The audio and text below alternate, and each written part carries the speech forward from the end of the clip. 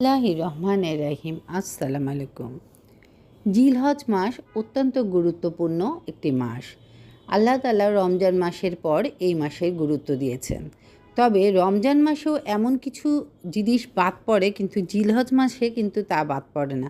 জিলহজ মাসে অতিরিক্ত ফজিলত আছে, যদিও আল্লাহ তাআলা রমজান মাসকে সবচেয়ে বেশি গুরুত্বপূর্ণ মাস বলেছেন।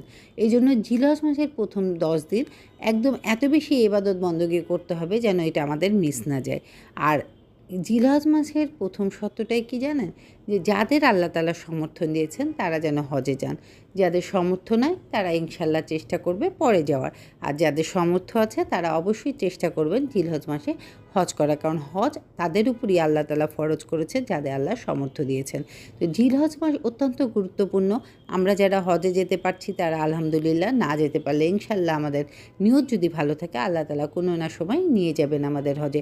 তবে আমরা না যেতে পারলেও যে সকল জিলহজ মাসের ফজিলত, যে সকল রহমত আমরা এই 10 দিন ঘরে বসে ইনশাল্লাহ সবাই মিলে পালন করব।